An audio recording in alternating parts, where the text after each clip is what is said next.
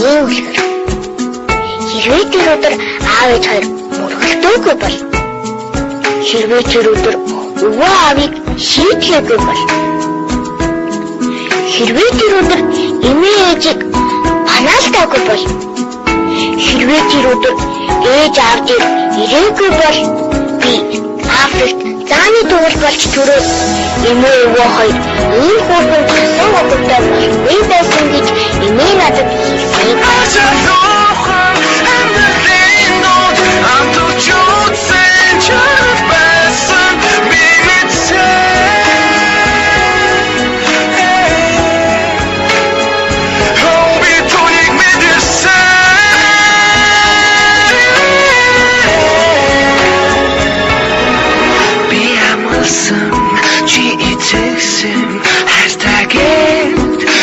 хэлсэн.